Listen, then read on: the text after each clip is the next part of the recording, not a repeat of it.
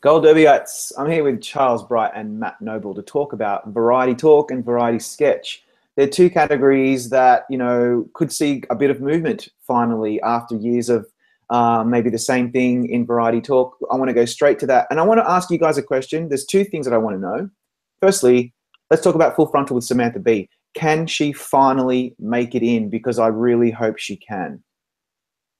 Yeah, I think so. I'm sorry if I was stepping on your thunder there, Matt. I was just about to say, finally, it's her second year on the show. Yeah, I know. I mean, she got into writing last year, which is always a good thing. I mean, that can usually be a sign of things to come. I think she will get in. The show's gotten more notoriety, and I think the more liberal base of the TV Academy will definitely become more of a rallying cry show for them.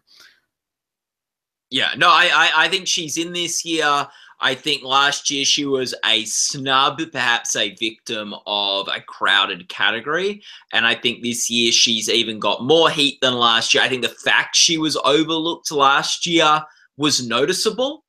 And I think this category is crying out for there to be a woman nominated, like to see all the guys nominated. And she's in the same league as all these guys. And it's not like, it wouldn't be a sort of, I don't know, charity award for a woman or whatever.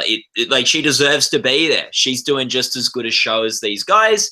And so, yeah, I think she's in this year. I think there's like some sort of like vulnerable past contenders. She's just as strong as she was last year, if not stronger. So, yeah, I think she breaks through. I think for me, she's appointment viewing, and with what's been going on since November last year and even before during the presidential election campaigns and all that stuff, she was a vital voice for people in the States and people across the whole planet. I got to say, Rob, though, as an American, I don't take too kindly to foreigners trying to tell me what are cultural zeitgeists in my country. You're not much better, Matt. Yeah, you guys need to make America great again. I think it's all you need to be concerned about. I'm doing it, but the bush behind my apartment can only hold so much. It's so true.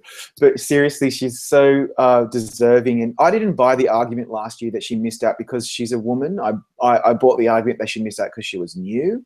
And I think now she's really kind of cemented her voice as someone that people are really taking notice of. So I expect her to be there. The other question I had is, will Real Time with Bill Maher miss out, especially given the whole N-word debacle from a few weeks ago? He's usually in the category. He's been nominated a gazillion times and has never won, I think. He might have won for Vice as a producer. He's won one Emmy for Vice. Correct. Yeah, that's good. But for this, he's been around for Politically Incorrect and Real Time. I remember back when I was a teenager watching the Emmys and Politically Incorrect was being nominated. Real Time is my favorite non-drama, non-comedy series. Like, my favorite variety show. I watch it every week religiously, which is ironic given how he's an atheist. I want to see him nominated. What do you think, Charlie?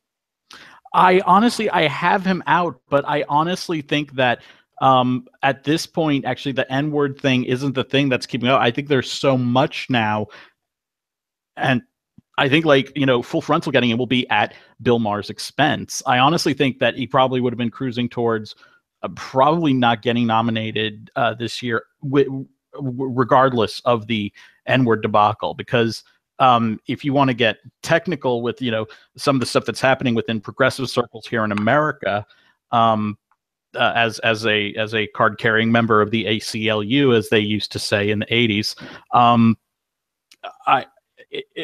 Bill Maher has become more of a polarizing figure within people whose point of view is left and left of center. So I think that could also be manifesting itself right now of people who. It's worth also noting that most of these shows, I think practically all their shows, there's really only liberal viewpoints here. There's what other shows are there that are right leaning? Do you know? Yeah, or at least they tried that on Fox News with something called the Half Hour News Hour. Yeah. And the reason it didn't work wasn't because it was conservative, it's because it wasn't funny. I tried to watch that show for like the first episode, and by the 7 minutes in, I was nauseous and I had to seek medical attention. It's also hard for a news network to do. So, like, if MSNBC tried to do a left-wing comedy show, that's probably wouldn't be very good either. Exactly. Like, and it was also... Yeah, the show was also created by Joel Surnow, the co-creator of 24. Mm-hmm. So, I mean, I think that explains everything right there. 24 is such a raucous comedy. But to get this back to the entertainment aspect, I think, that debate within progressive circles is also within the progressives within the entertainment community. And I think they were probably looking to other sources already. The N-word thing that happened a couple weeks ago, just is sort of an afterthought to me at this point, because also he hasn't suffered anything because of it. No. Yeah, I think with Bill Maher, it is interesting that I feel like he was already on the cusp, and I was finding it hard to know whether to predict him or not predict him. He got nominated last year. He didn't get nominated the year before, so he's clearly sort of on the edge in terms of, like, votes. Like, last year got just enough to get in. Year before, I'm sure he was just a couple votes away from, like, getting nominated. So with Bill Maher, I was sort of questioning anyway, and just thinking, because people like Samantha Bee and Stephen Colbert had probably strengthened this year, dropping him. But when the N-word controversy erupted, it sort of, for me, sort of go, okay, well, there's another reason to sort of not include him in my prediction. So I think for a sort of contender that was on the bubble, it hasn't helped. Whereas I think if he was the front runner to win, or he was like, just a solid person that I was pretty confident getting nominated, I probably would still be predicting him. But he probably wasn't in a position where he could afford a reason for people not to tick his show. Yeah, good point. You both make very good points. It's actually important for many of us to realize what Charlie said is is completely on point about Bill Maher. He's a lefty, and as a fellow bleeding heart liberal, I love what he has to say about lots of things. He's very anti-Trump, which is very in right now in the in entertainment industry, but he does call out a lot of issues that people find quite controversial. He's anti-Muslim, which is something that a lot of people feel very uncomfortable with. And I'm not sure whether they're going to want to reward Bill Maher this year because of those controversial views. I was very much against the call, the outrage for him to be fired because of the N-word. I mean, he apologized. I think the episode after that with Ice Cube was really cool. I think he's atoned for that, and we should probably move on. We totally understand why there was the outrage, but in terms of an entertainment show, I think he's been doing a really good job this season. It's been a really, really entertaining show to watch. So I hope he's back, but we'll see. That being said, we've got a lot of talk shows in this category. We've got Last Week Tonight with John Oliver, which won last year. James Corden, Stephen Colbert, and Jimmy Kimmel Live. I expect all four of them to be back. What do you guys think? Colbert wasn't in last year. Oh, that's right. I'm sorry. I expect the other three to be back, and I expect Colbert to make it in. I say back because it's like Colbert just kind of seems to own a spot in this category over the many, many years, and I just love seeing his name in the mix again. Personally, when I watch a lot of late night TV. Obviously not late at night. I just kind of watch it on my phone, or I watch it when I'm having dinner. And I love Colbert. I think The Late Show, for me, is my actual favorite, which is surprising. I thought you said Real Time with Bill Maher's your, like, favorite of the late nights, of the weekly late nights. I love Colbert. Okay. I watch it every single night, pretty much over dinner or on my phone, and I just think he's been doing a great job with the anti-Trump stuff. It's really funny. Just as an aside, before I hand it over to you guys, I would love to see some right-leaning conservative comedy. I don't know what network would ever take the gamble or risk in doing that, apart from Fox, which is a news network. It would be really cool to see that, and I would totally be interested in watching that, where it's not completely always anti-Trump, and it's not always making fun of Mitch McConnell and people like that. But there's nothing really out there that I'm aware of, and that's why they all think that Hollywood is such a left-leaning kind of liberal utopia, and that's a shame. Anyway, Charlie. Just talk. Where do I go from there?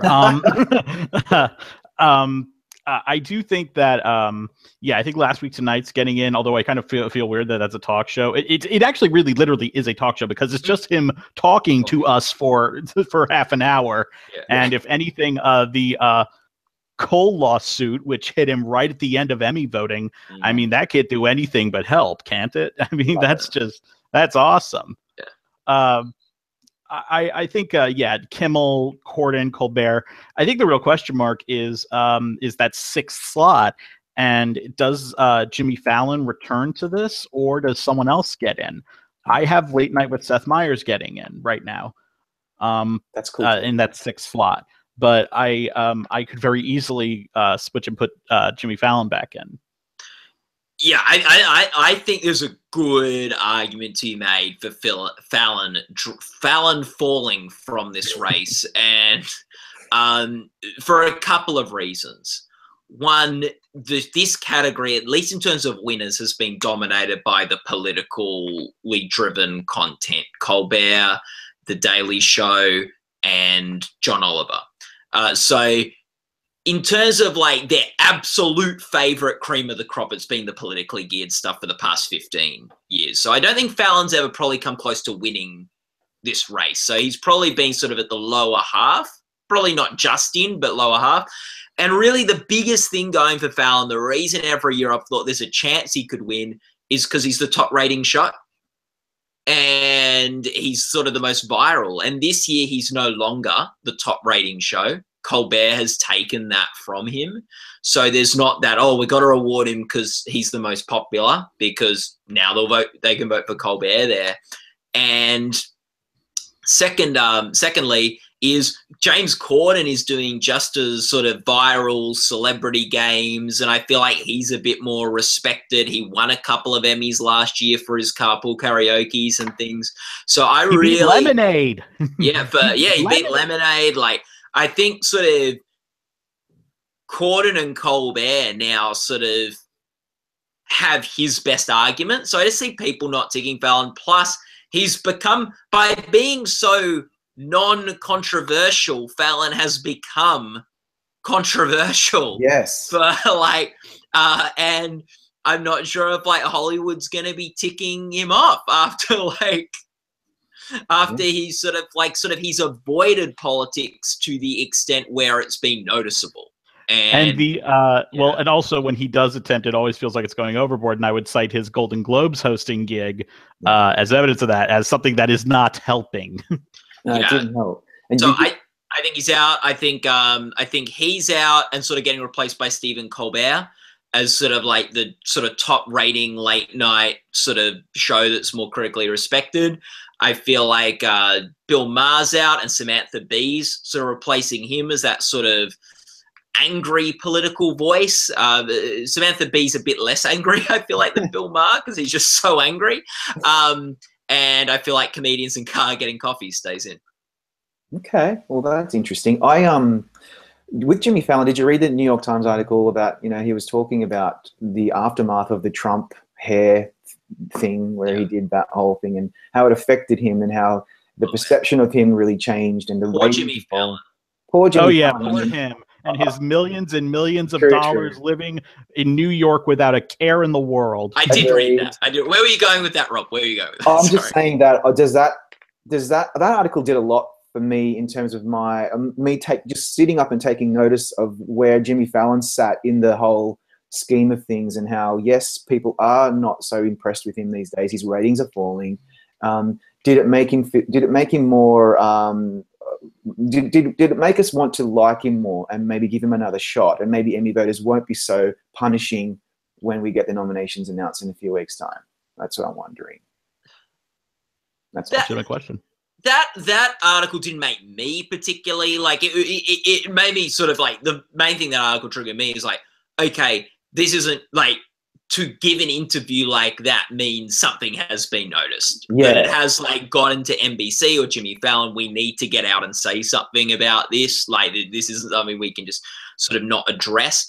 That all being said, it could, the sort of Fallon sort of the attention could make some voters who may have otherwise not bothered ticking him sort of go, oh, God, like, you know, like I do like Fallon. Some of the criticism's been a bit harsh. Yeah, I want to make sure we vote him in because like I do still like that show. So it could be a call for some people who may have otherwise forgotten him. I don't think it's going to convert people who have decided they don't like him or that they're upset at him for ruffling Trump's hair. I think those people are probably who have decided they don't like Fallon. I don't think that article would have changed their minds. But for people who were sort of maybe had forgotten about him a bit or may have not, may think the criticism's a little unfair, it might make them go, oh, yeah, we've got to make sure we nominate him this year. And I think so could help him with some voters. I don't think it'll help with others. Yeah. Okay. Moving over to sketch, this I'm really happy to say, and this is just my opinion, obviously, but this is the first time that I've been able to say for a long time that Saturday Night Live probably has this one in the bag. Am I being completely off? Like, do you agree that this is SNL's to lose, Charlie? I agree it should be perceived as the front runner, but again, with these variety categories, these are ones where sometimes something completely out of left field happens. You know, usually it's in like the writing categories, and it used to be the individual performance category back when they had that. I remember, like, it's still to me one of the biggest Emmy blunders was the individual performance category, and Wayne Brady won over Robin Williams live on Broadway. I mean, that is blasphemy. But anyhow. I do think Saturday Night Live seems like it is the safe choice here, which we haven't been able to say in over a decade. You know, it's been also what, like 16 years since they won the writing award or something like that. That was back when Tina Fey was the head writer. So I think it probably is. I'm interested to see what else crowds out the field. Because I think really it's so open, it could be almost anything. Because I got Portlandia documentary now. I got Billy on the Street getting in, and the one which I know it's just me wanting this, but I think it can happen is Mystery Science Theater 3000. I'm really, really hoping for MST3K to make it into this one.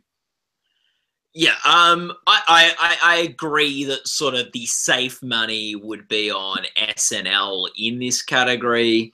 But I think Portlandia's got a good shot at winning this.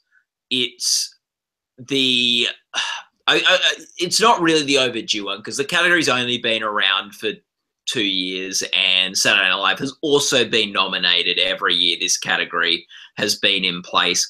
But if you look at the previous winners, Inside Amy Schumer and Key and Peele, they are both sort of smaller, more Portlandia type shows, particularly Key and Peele that won last year, which is a couple of comedians doing sort of sketches that are pre-taped and not on a smaller sort of network. So, and I think Portlandia did very well with nominations the year before they had this category, where Fred Armisen was getting an actor, although Saturday Night Live's won acting awards, but they were also getting in writing categories and things. And I just feel like this might be a show that the Academy respects and that they give it to. I'm going to to and fro between that and Saturday Night Live, but I think that's probably where the race is in this field. And I remember people last year thought Amy Schumer was really like a lock in this category to win, and Key and Peele upset it. I'd say if this was Portlandia's last season, and they've got one more season that they're filming right now, if it was Portlandia's last season, I feel quite confident in predicting them, just because I feel like we don't have Key and Peele, we don't have Inside Amy Schumer. The last two winners are out of the race. And look, last year Saturday Night Live had some good stuff too. They had Larry David as Bernie Sanders. They had a lot of the political stuff then was quite big as well. So I don't know. I think Portlandia's got a shot. Rounding it out, I think Documentary Now, it got in last year, so sort of makes sense. Drunk History, I think, is a show with a lot of sort of it won an acting award last year and stuff. I think people like that show. And Tracy Ullman's show, I think, as well, just because the Academy loves Tracy Ullman. Yeah, that's true. I have those two as well, Matt. But Mystery Science Theater 3000, Charlie, that's a really good call. That used to get nominated a lot in the 90s. Correct me if I'm wrong. It got 2 writing nominations back in the 90s. Never got into the program category, but you have to remember at that time it was also the categories were combined with variety, so it was competing against Politically Incorrect, The Tonight Show, Jay Leno, Late Show, and Dennis Miller Live. It's certainly a possibility. This category is wide open. Once you get past documentary now, Portlandia and Saturday Night Live, we could see anything happen. I was very much championing Billy on the Street last year, and it didn't make it in. It really upset me. This year, I've given up. I just don't know whether he can do it. But that's also we really have to keep that in mind. And it's crowded, but it's a short ballot too. So you'll see, like every show on the list will be considered. You're not going to skim over anything. There's like a Marty Short show. Like, do people just love Marty Short? There's the President show. Like, if people really like that, Comedy Bang Bang and the UCB show are like shows that you might not think would get in, but there are just so many people in the comedy sort of world that have gone through either the doors of UCB and have been involved in the Upright Citizens Brigade improv. And there are so many, and on just been on the couch on Comedy Bang Bang. So many people have been there's a lot of TV people that have been involved with either the UCB or those shows that you could see, them maybe getting a lot of votes. Yeah, good point.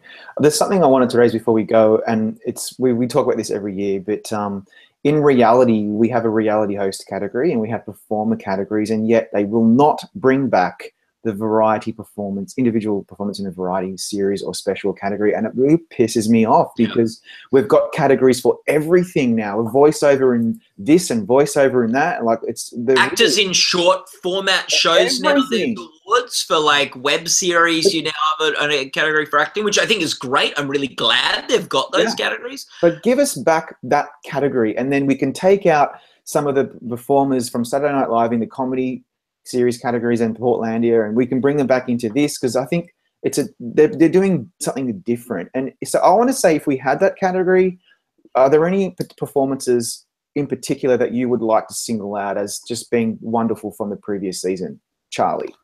Well, definitely. Well, I know everyone's going to say stuff from Saturday Night Live, and so I'm fine with that. So I'm not going to single any of them out. Yeah. What I will single out is Kimmel hosting the Oscars. Oh yeah, because Oscar hosts have won here before. He was so great. Excellent. Rob, I thought you were disagreeing with me. He was go back to, excellent. I was going to tell you to go back to Australia, but him. The other one I would love, and I guess it would be a joint bid, would be John Mulaney and Nick Kroll for hosting the Independent Spirit Awards. They were so good.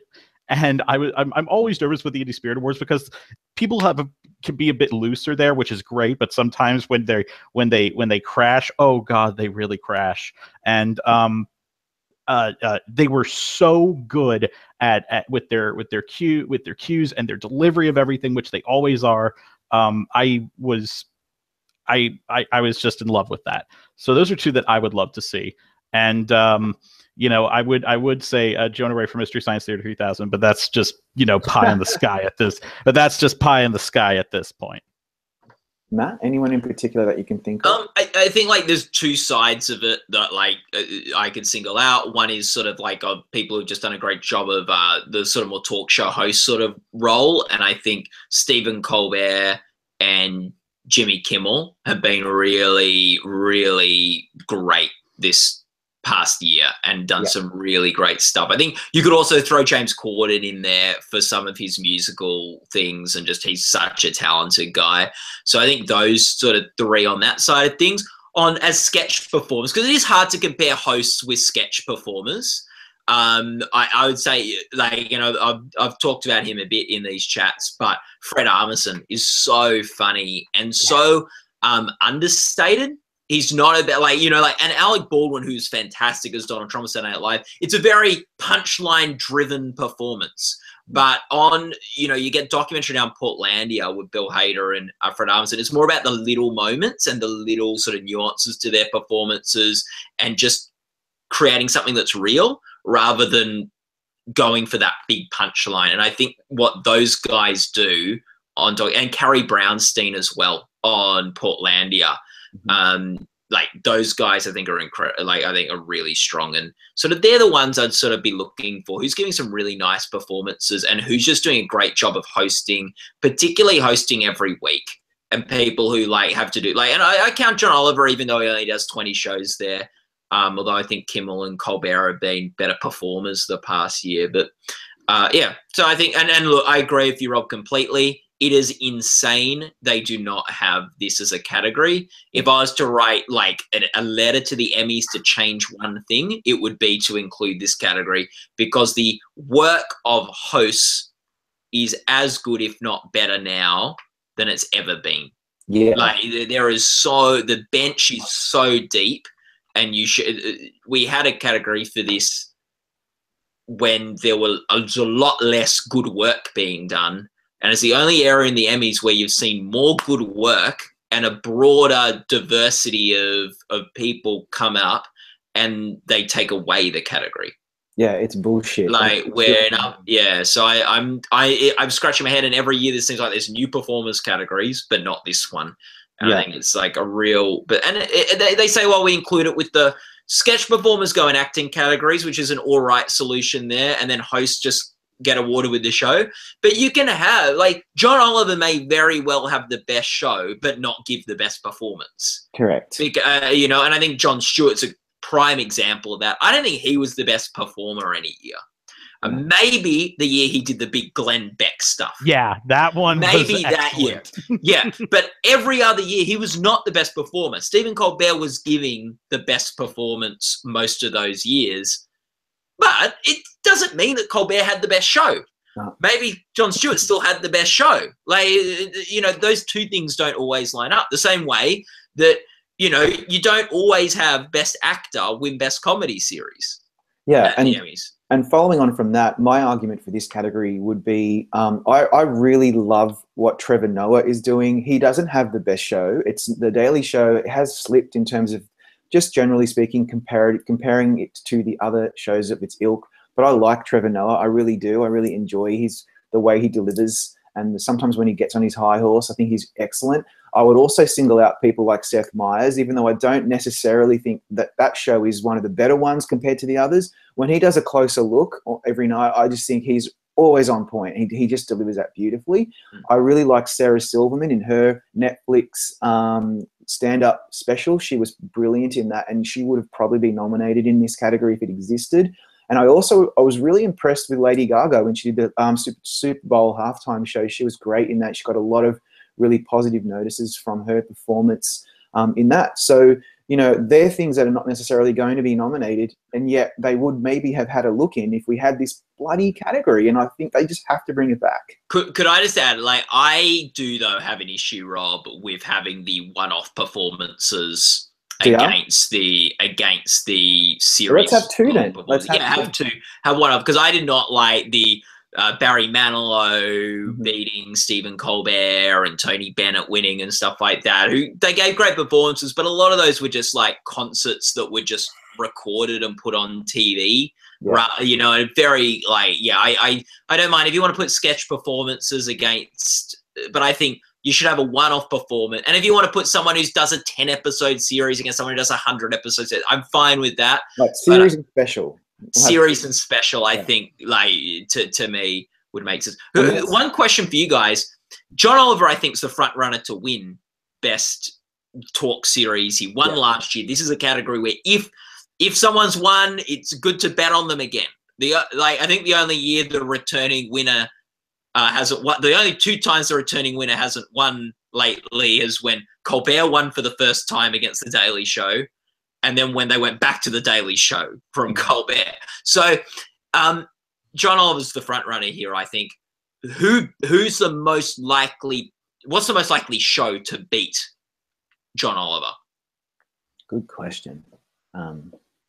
Well, for me, it probably would be Colbert. But if you had asked me that last year, I would have probably gone with Corden. He had a lot of heat. But I think for some reason in my head, I just think Colbert and possibly even Seth Meyers and Jimmy Kimmel have slightly overtaken Corden because everything is so politicized at the moment. Yeah. What do you think, Charlie? I would say either Kimmel or Samantha Bee if she gets in. That'd be Yeah, I like those answers. I think Colbert, he's the top rating show now. He's won before. That makes sense. I think Samantha Bee is a great dark horse if she gets nominated. Like, you could see her on the back of the nomination picking up momentum. Like, you know, like, but I think Kimmel. Wow. I think he hosted the Oscars so well this year. He and his healthcare stuff. Oh yeah, that was insane. The two tributes that he did, the one to that and the one to Don Rickles, where he starts literally getting emotional during the monologue. And then you cap that off with how well received he was hosting the Emmys last year. Correct. And he hosted the Emmys well last year too. He's hosting the Oscars next year as well, right? Yeah, he's hosting the Oscars they already next locked him year. down. Like, what a classy guy. He's a class act. And you can talk about from the creator of the Man Show. yeah. You can talk about all the politics of Myers and Bee and Colbert and Noah and, you know, the whole, I'm sure I missed a couple, but his monologue on healthcare was probably the most poignant and most biting, in a sense, of all the sort of political monologues we've heard this year. And I think it shows how to talk about politics when that's not what your show's about. Like, it didn't seem forced. It didn't seem a response to like, oh, I'm losing in the ratings to Colbert, so now I need to talk about politics. It was just an organic, real, like, yeah. So I think he's got a really good shot, but I do think and I do think the other two you mentioned, like, I think Bee and Colbert have a really good shot, and John Oliver probably will win again. It's a race this year, though. I think it is a race, and that's so. It would never used to be that way. It was really the Daily Show and the Colbert Report, and that's it. Yeah. It was to the point where when they opened the envelope, it was the Daily Show with Jon Stewart. Yeah. Just like the. And John would even show up some years. Yeah, there were some good moments, though. I do love the year when, was it Colbert and Fallon? It was definitely Colbert. Tackled Jon Stewart to the ground as he was going up to collect it. Yeah. Well, it wasn't just that; it was that because that was the year they won the 10th year in a row. Yeah. And so he bolts out of the tackle that they have him in, and he runs to the stage. And then by the time he gets to the stage, he's so out of breath. That was the best part about that. Yeah, it's very good. You know, we don't talk about these categories enough at Gold Derby. We don't. See that there's a lot of passion. There's such good stuff being done. We should do this more often. And even Fallon, who, like, I've probably been like a little bit, like, you could argue critical of in these chats and stuff like that, he does good stuff. Like this, like, you know, we're living in a really rich world when you're sort of talking about the stuff he does is sort of going, I'm not sure if that's good enough to get, like, you know, like, it's a great field, and I think it would only be better if there was more, like, diversity as well. Like, because it does seem like, and as you were talking about before, Rob, maybe more political diversity, but also diversity beyond politics, of more women hosting shows, more minorities hosting shows. I think that would like mean a richer tapestry, because we're really tapping into one demographic really well, and look at how much good stuff we're getting from one. Imagine the others. Yeah, imagine. Although Jerry Seinfeld's not a minority, but maybe comedians in Cars Getting Coffee will return, because that is something a little different. It's different, yeah. I think that, Sorry, well, I'll also say if they're looking for diversity to reward, I would say go with Deezus and Miro on Viceland. They're wonderful. Yeah, I've never seen that. I want to start watching that because I've heard about that. Okay, good to know. Okay. Cool. Right, I love talking about this. I'm glad we did this. Variety. We'll do this again soon. Guys, everybody take notice of what we're doing at Gold Derby. Go on, do your predictions. You don't have much more time. And let's talk about Variety in a couple of weeks' time. Yes. Oh, Rob.